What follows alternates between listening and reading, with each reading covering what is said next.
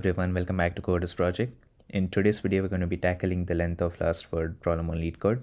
So this problem is pretty straightforward, but it still teaches you a lot of valuable string manipulation techniques. So stick with me and we'll break it down step by step, and we're going to write an effective Python solution. And I'm also going to explain you the logic behind it. By the end of this, you should be able to master this problem and boost your confidence with string operations. Let's get started. Given a string S consisting of words and spaces, return the length of the last word in the string.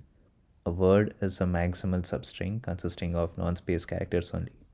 So in this example, hello world, we need to return the length of the last word, which is WORLD. So the output is 5. So let's dive into it. I'm going to be solving this question in two different approaches. The first one, making use of Python's built-in string methods for simplicity. And the second one, we're going to be doing a reverse traversal. So let's dive into it now.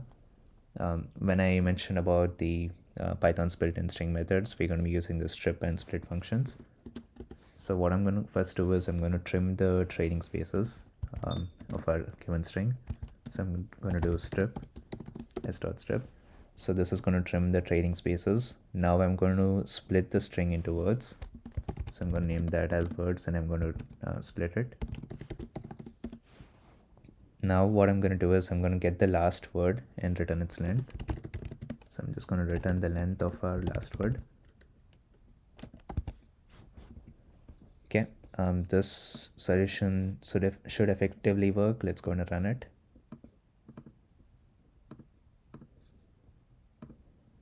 All right, looks like all the test cases are passed. Now let's run the other test cases. Okay, so what this is doing is the strip removes the leading and trailing spaces from the string. This ensures that any extra spaces which are in our string, like these extra spaces, those don't interfere with our solution. Split divides the string into a list of words using spaces as delimiter. For example, in hello world, it's going to divide it into hello and world. Now finally we are returning the length of the last word, which is retrieved. An alternate approach would be using reverse traversal, so we'll get into it now. So what we need to do is we need to first initialize the length counter. I'm going to name that as length, and I'm going to set that to 0. Now we need to start from the end of the string. So our I is going to be length of our string minus 1, and we need to skip the trailing spaces. So while I is greater than or equal to 0 and our s of I is trailing space, we basically do I is equal to I minus 1, and now we have to count the characters of the last word.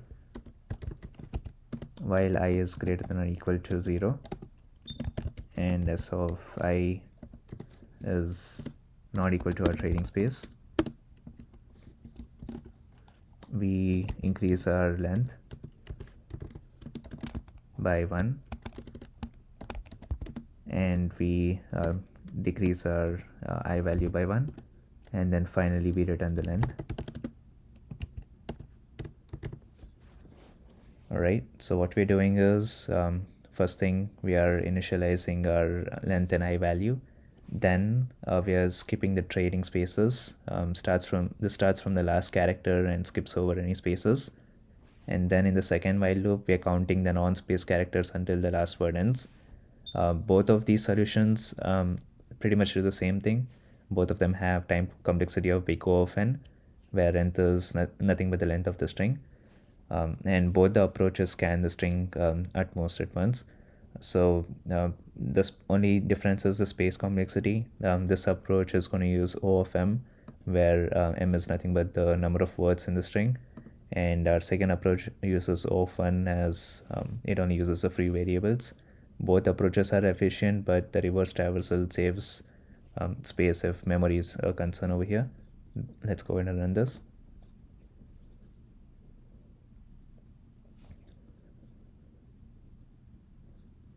Okay, let's see what's the issue over here. while I is greater than or equal to 0 and s of I, double equals,